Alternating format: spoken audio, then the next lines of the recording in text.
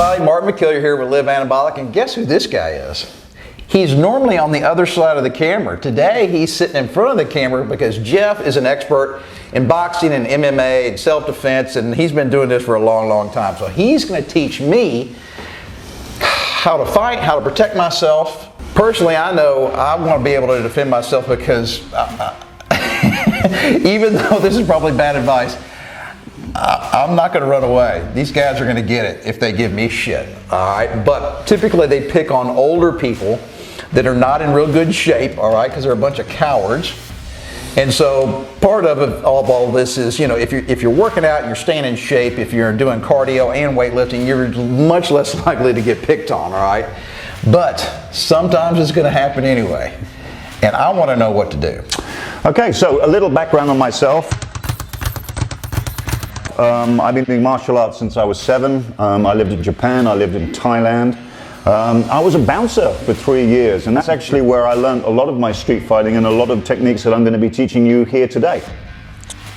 So, the number one most important thing about fighting, don't fight.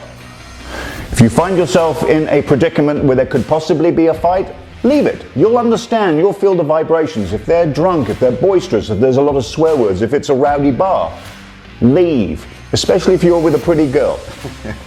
Just leave. Now we get to the part that's a little bit more interesting. There might be a fight. Somebody like Mark, for example, comes up to me and he's drunk, he's aggressive. What do? The first most important things you do is you put your hands up in a non-aggressive way. You don't say, come on, let's do it.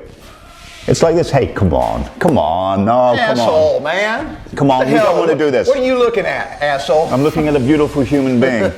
And that's exactly what you would do. You would try and turn everything negative into a positive, but you always have these hands up here for 2 reasons. Number one, to block a punch, possibly. The other one is to hit him as well. They're already up here. Bang! Is a lot better than here, where you have to bring it up and then go bang. You have to be able to respond quickly. But the interesting thing about being a bouncer is 99.9% was talking. And I worked in some very, very rough clubs where we had 8 fights a night. The most important thing is to talk, the gift of the gab, try and crack some jokes. You know, just bring him to your side. Come on, we don't want to do this here. Let me buy you a drink and this kind of stuff, and walk away. There's 2 blondes sitting in a bar, and one blonde says to the other. He's absolutely right. Exactly like that. I've been in a situation where I lied, where the guy wanted to fight me, and I told him that I had a heart problem, and that if he hit me, I would die and he'd be responsible for my murder. It ended up he bought me a drink and we went away as friends. I lied, but there was no fight. And that is the number one most important thing. Okay. Is you don't fight. All right. Now we move on to the fight. There is a fight. What do? We're going to pick a scenario where there's 3 or 4 guys. In a 3 or 4 guys scenario, there's always an alpha. Always an alpha. And the alpha is the one that you have to hit the first. And you have to be vicious and you've got to take him out. Now, there is extremely vicious, which is eyes.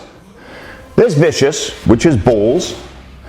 And there's semi-vicious, which is chin. That's going to be completely up to you. I'm not going to tell you what to do. Obviously, if there's knives and bottles, I go for vicious. The most important thing that you have to do is you have to take out the alpha. He has to be gone. Because once the alpha is gone, his friends scatter. My favorite number 1 trick, and this is tried and tested to 100% work, is this. Yeah. You know you're going to fight, you lift up your leg, bang! The second you lift up that knee to knee him in the balls, they always put their hands down, totally exposing that face, and that was when you have a clear shot at the jaw. Bang to the jaw. Now, you can either slap the jaw or you can punch it. I prefer to slap. It's bang! As hard as you can, he goes down. And I promise you that stops 99.9% of fights. I like that. Give it a go, Mark. So I'm here, I'm going to fight you. Now, the timing is you have to let them know that that knee is coming. So it's... You have to kind of... It's a bit of a mime, it's a bit of a charade, it's a bit of a Hollywood film. So it's bang! Okay. That's the timing. So you're like... And yeah, then I put my hands down. And then I have to punch before... See, I want to punch with I want to punch off my back foot. That's what you want to do, but this isn't that one of those things. In boxing, yes, you use that whole pivot, but bang! That's what the movement is. They have to see that knee coming. Oh, okay, so it's like... You look down and then bang. Exactly. Okay. It's a fake. Bang. It's like I'm looking down and they see where my eye's going. I'm like, You're lifting up that and knee, boom, straight on the jaw. Yeah. Go for the jaw. Now, if there's a bottle involved or a knife that is involved, that ramps it up 100%. There's a number of situations that you might be backed up in. If you have a place to run and somebody pulls out a knife or a bottle, run. Okay, there is absolutely no pride lost in not being scarred for life. Yeah. Run away if somebody pulls out a knife or a bottle. What you can do in this situation is 3 things. Most people on the street will have a belt. If you have time, it is possible for this to be brought out very, very quickly. You can wrap it around and use it as sort of like a nunchaku, like, you know, Bruce Lee used to do. And if you do all that, 9 times out of 10, they will see this and they will run away. They'll think this guy knows what he's doing, okay? So there's that possibility. The other possibility, if you have the time and he has a knife, is to take off your shoe, put it in your hand, and now you've got a nice piece of plastic or rubber to ward off the blade and hopefully defend yourself so that you can escape. So I like that. That's a couple of possibilities. So, of course, you got to have the presence of mind, and you do have to have some time. If this guy just is standing right here and pulls out a knife, you know, I'm getting out of the way. You know, I'm pushing, I'm trying to block, and then I'm getting the hell out of Dodge. And it depends. If you're in a restaurant or something, there's a lot of stuff. You could pick up a chair, use a table, whatever. But I'm picking worst case scenario. So there is your belt. See what you can do with it. All right, so I don't wear a belt very often. Okay, well, can we just pretend in this instance that you do wear a belt? Okay, so I can see how having it here would help me defend the knife. You know, I'm trying to block the knife with this big thick leather. Now, I know he might be able to, you know, slash or something like that, but still, I'm just, you know, I'm completely naked right here. So, you know, if I hadn't practiced or nobody had taught me, and this is all I had, this would be my instinct, would be just to kind of, just to do and that's absolutely fine. It's a bit like the shoe. You know. But the good thing about unraveling a belt is that you have now distance. Okay. You can be going to the leg. Well, see, now head. the thing is, if I unravel it, I'm going to be in my right hand. Absolutely, that's fine. Which I'm right-handed, so that's my major punching. Now, I'm here doing all this, that, and the other. You know, whack. Yeah. You bring it down, whack. Yeah. And I wouldn't aim for the knife either. This is a small target. I'm aiming for its face. Or the shoulders. Yeah, okay. Just bring it down hard. Yeah. The kinetic energy is extraordinary. Well, you got this little metal thing, which doesn't feel like much, but when you're, you know, like that, I mean, it's moving fast. Absolutely. I wouldn't want to get hit, you know, anywhere or in the face with this. And like I said, kinetic energy is appalling. It's a very, very, very powerful tool, and a lot of people carry belts. You might have the time to pull it out and use it in a bad situation, like you're either outnumbered or somebody comes at you with a bottle or a knife. Alrighty. Now and then, of course, the other one is I take off my shoe real quick. Exactly, and I'm trying to stab you, and it's very, very effective. And every time I stab, my head's here, and you should be able to clock me. Okay. So it's a very, very effective tool. All right, I would have never thought of this. Now, the belt, I would really never have thought of, but this, to me, is a pretty darn quick, very practical thing you can do, and I really like this idea the most. You know, we all have shoes, unless you've got flip-flops. But even a flip-flop is great. It's still a hard piece of rubber that you can use. Yeah, but this thing really feels. I feel like you ain't getting. You're not getting through. You know. Okay, pretty good. And like I said, it's easily accessible. We all have it. It's probably more accessible than a belt, is because especially if, like Mark was saying, he's in sort of gym attire. They don't have belts. Yeah. So another possibility, if you have the time, if you know that it's going to go down, is you can also take, I don't know, your keys, maybe stick them in your t-shirt, and you can use that as a weapon as well.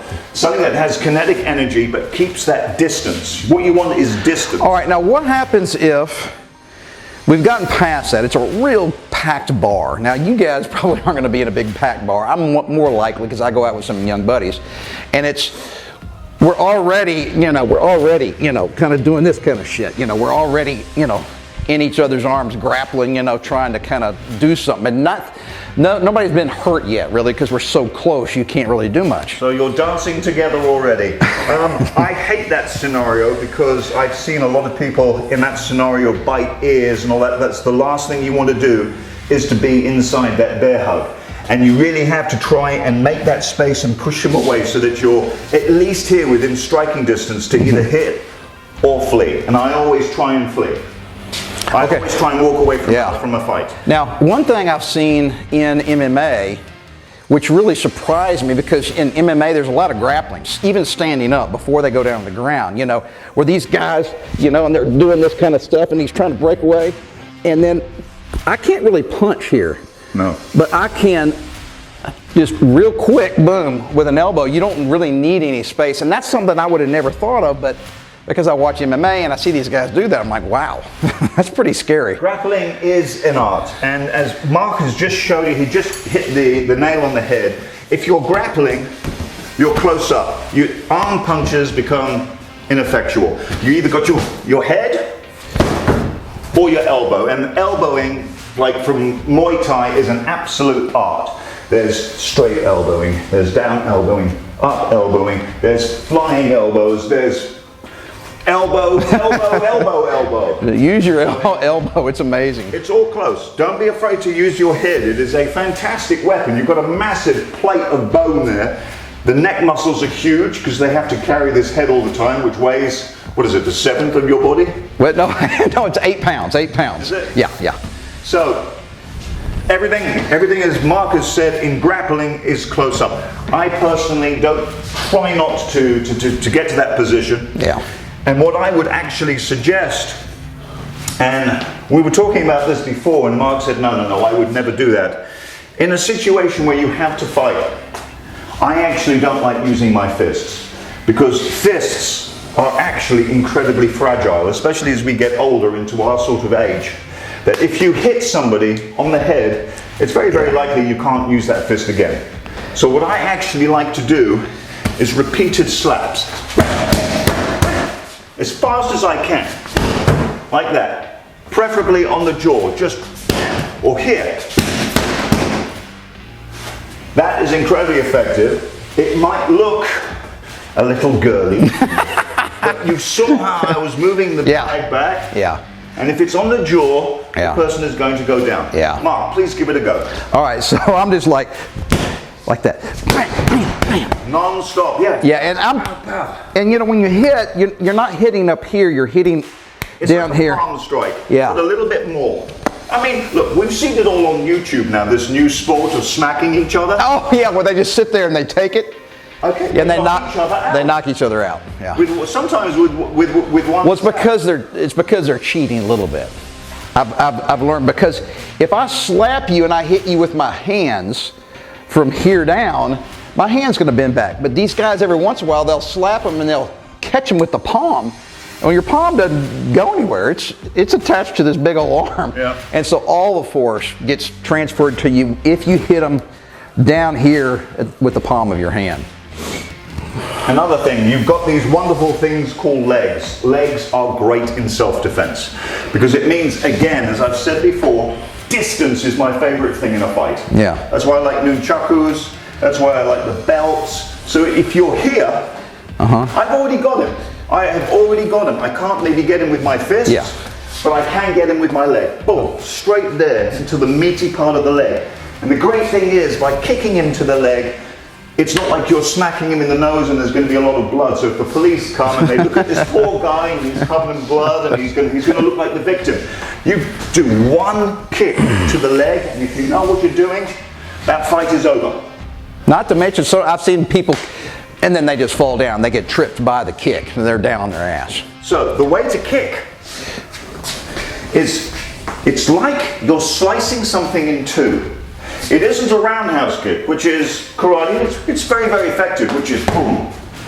It's more of a turn,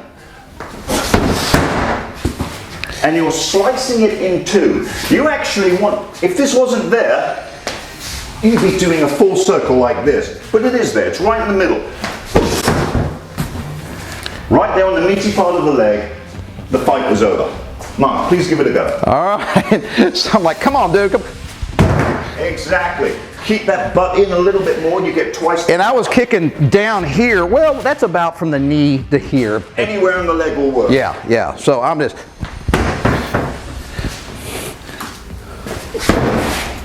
It's actually kind of fun. Now, you guys are not going to have a bag. I realize it. These things are big and expensive, and I keep it in my garage.